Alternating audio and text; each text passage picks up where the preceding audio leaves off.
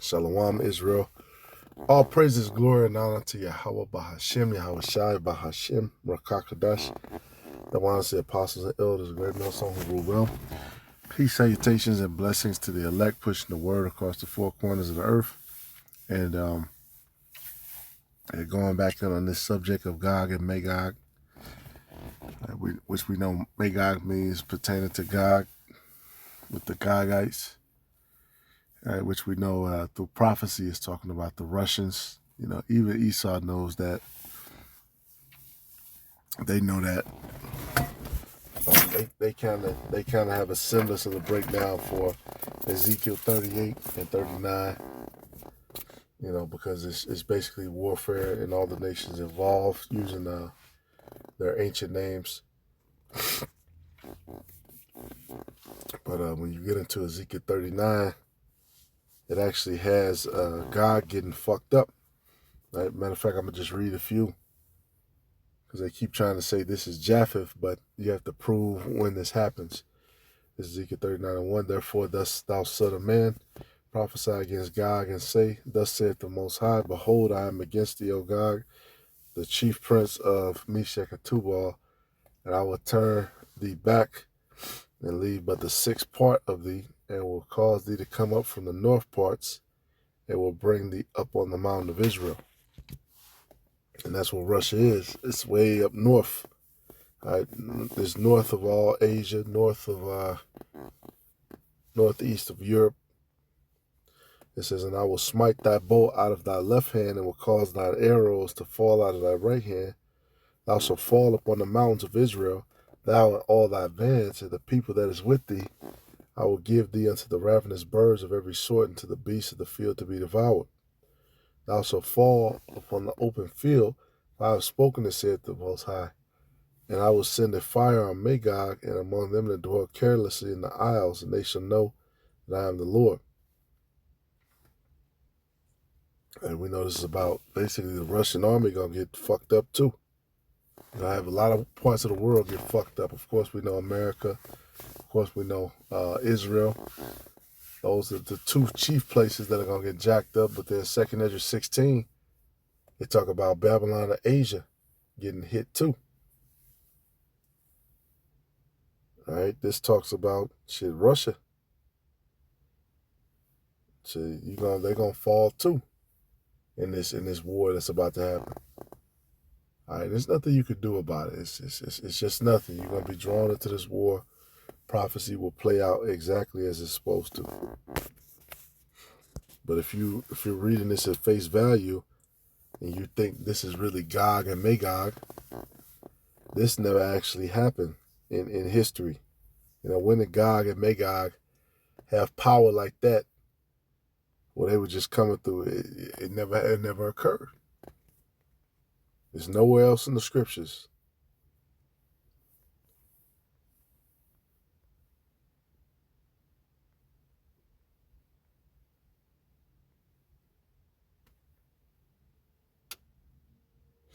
All right, it says, they shall, verse 14, and they shall sever out men of continual employment, passing through the land to bury with the passengers those that remain upon the face of the earth, to cleanse it after the end of 7 months of their search. You know, and you have to identify when this happened. When did it happen where it was so much death and bloodshed that the heathens had to sit there and bury everybody? When did this happen? After Gog and Magog? Put that in the comment section, please. You know, you can't just read everything in the scriptures at face value. Certain things are manifold. Certain things are parabolic for other things. All right, for example,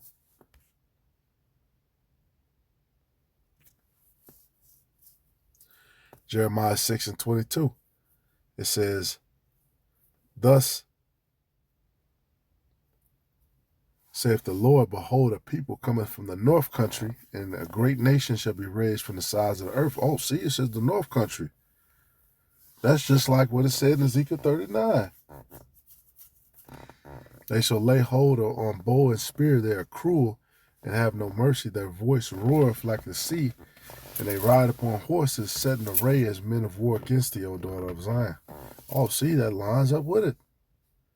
But when you look through a prophecy, right, it tells you, Jeremiah 25:9, behold, yeah, this already occurred. This is history. Behold, and I will send and take all the families of the north, saith the Lord. So you have to read through the context and understand what it's talking about in the exact way it's talking about it. And Nebuchadnezzar, the king of Babylon, my servant, and will bring them against this land and against the inhabitants thereof. So like, you read through Judith chapter 1 and 2 and 3 in the different campaigns. This is exactly what happened. And against the inhabitants thereof, and against all these nations round about, and will utterly destroy them and make them an astonishment and a hissing and perpetual desolations. Moreover, I will take from them the voice of mirth and the voice of gladness, the voice of the bridegroom and the voice of the bride, the sound of the millstones and the light of the candle. All right. The sound of the millstones is working, the light of the candle. Basically, people gonna get fucked up. Ain't gonna be no marriages, no mirth. It's gonna be woe and desolation. And this whole land should be a desolation. Oh, it's just said it right there. And an astonishment, and these nations shall serve the king of Babylon 70 years. Oh, so we you guys call America Babylon, that means you're gonna serve 70? No, this is talking about ancient Babylon. All right, old Babylon, which I think we were a little bit short of 70 actually serving, but yeah, this is talking about under Nebuchadnezzar. You read through Daniel, that's what's going on. Jeremiah came in the time of the kings of Israel, and then prophesied that Israel was going to go into slavery because they were wicked, and so they did. All right, but you can't look at it at face value. You have to actually read through and make sure, And it shall come to pass when 70 years are accomplished that I will punish the king of Babylon and that nation, saith the Lord, for their iniquity in the land of the Chaldeans, and will make it perpetual desolations. What does the scripture say about us being in this captivity? It said, times a time and half a time. All right, yeah, we've been in this place for a couple 100 years. This is part of the little season where the dragon was loosed. Way longer than the Assyrio-Babylonian captivity.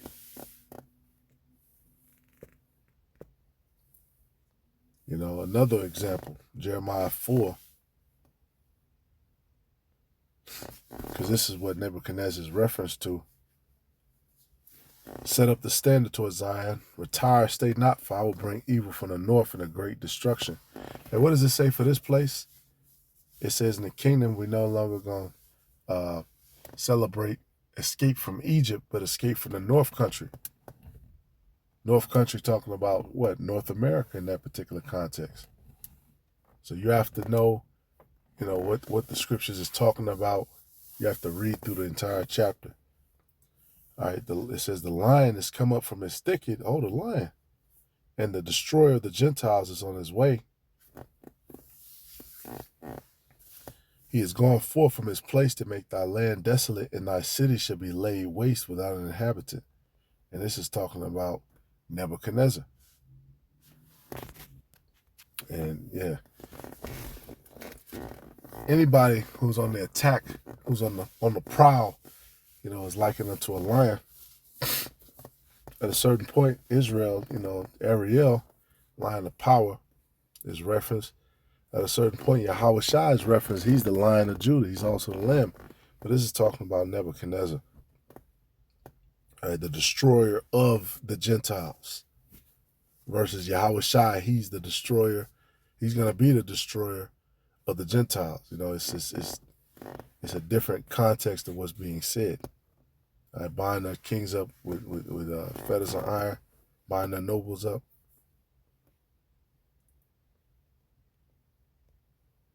But this talks about set of standards towards Zion. I will bring evil and great destruction. So this king brought destruction to Zion. The Lord is coming to deliver Zion. All right, another example, Isaiah 5:26, because you see this, and he will lift up an ensign to the nations from far, and will hiss unto them from the end of the earth, and behold, they shall come with speed swiftly. None shall be weary nor stumble among them. And when you read that, because Isaiah 11 mentions an ensign too, but an ensign is just it's a banner, it's a flag. You have to read up and get the context. This is our chapters about the vineyard of the Lord, Israel and Judah. And then it talks about, basically it goes into all the corruption that's going on. Right, verse 7, for the vineyard of the Lord of hosts is the house of Israel, and the men of Judah his pleasant plant. And he looked for judgment, but behold oppression, for righteousness, but behold a cry. Woe unto them that join house to house, and lay field to field, till there be no place, that they may be placed alone in the midst of the earth. And yet a lot of corruption going on in Israel.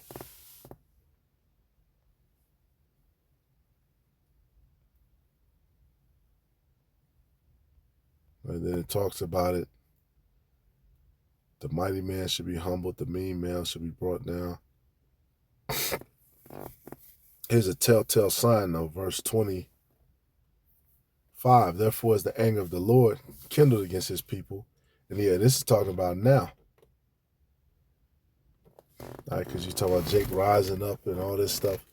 Well, you guys are rising up, but you ain't rising up in the name of the Lord. It said the Lord mustered the host.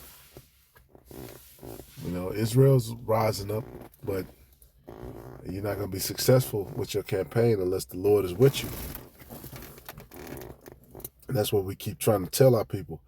Therefore is the anger of the Lord kindled against his people, and he hath stretched forth his hand against them, and hath smitten them in the hills that tremble, and their carcasses were torn in the midst of the streets. For all this his anger is not turned away, but his hands is stretched out still. All right, meaning what? And sometimes you do have to kind of read through the NLT or a different version because the wording is different. But if you pay attention, you have the Spirit with you. You can see it. So he has stretched forth his hand against them and has smitten them. So he ain't stretching forth his hand to receive them. He's stretching forth his hand to smite them. He said his hand is stretched out still. He will lift up an ensign to the nations. So he will lift up a banner to the other nations. Right? And behold, they shall come with speed swiftly. So they gonna come and fuck Israel up too. And that's what they did. None shall be weary nor stumble among them. None shall slumber nor sleep. Neither shall the girdle of their loins be loosed, nor the latchet of their shoes be broken. Whose arrows are sharp, and all their bows bent. Their horses' hoofs shall be counted like flint, and their wheels like a whirlwind. Their roaring shall be like a lion. They shall roar like young lions. Yea, they shall roar and lay hold of the prey, and shall carry it away safe, and none shall deliver it. And in that day they shall roar against them like the roaring of the sea. And if one look unto the land, behold, darkness and sorrow. And basically, we're in the times where these missiles are going to be shot. We had the chip, the World War III, and these different missiles. The arrows are sharp, their bows bent, yeah. And in that day they shall roar against them like the roaring of the sea. And if one look unto the land, behold, darkness and sorrow, and the light is darkening the heavens. And that's the day of the Lord. It's darkness and not light. All right, this is a very specific day where shit just get dark because there's a lot of destruction. Instead of slain, man, up to the horse's bridle. You know, because you kind of have mercy for Jake, you know, because we're merciful, but the scriptures say my people have surpassed the deeds of the wicked. So it's a reason why the Lord is doing what he's doing. He's jacking our people up, man. Our people are wicked, and they surpassed the deed of these sons of the wicked. They surpassed the deeds of the man who the scriptures call Satan and the devil. That just goes to show you. All right, and these missiles are for their ass too. You know, but hey, just going through some precepts, man. Always got to stay sharp, man. Lord willing, is edifying, all praises, glory, and honor to Yahweh Shem Shai Shalom to your elect.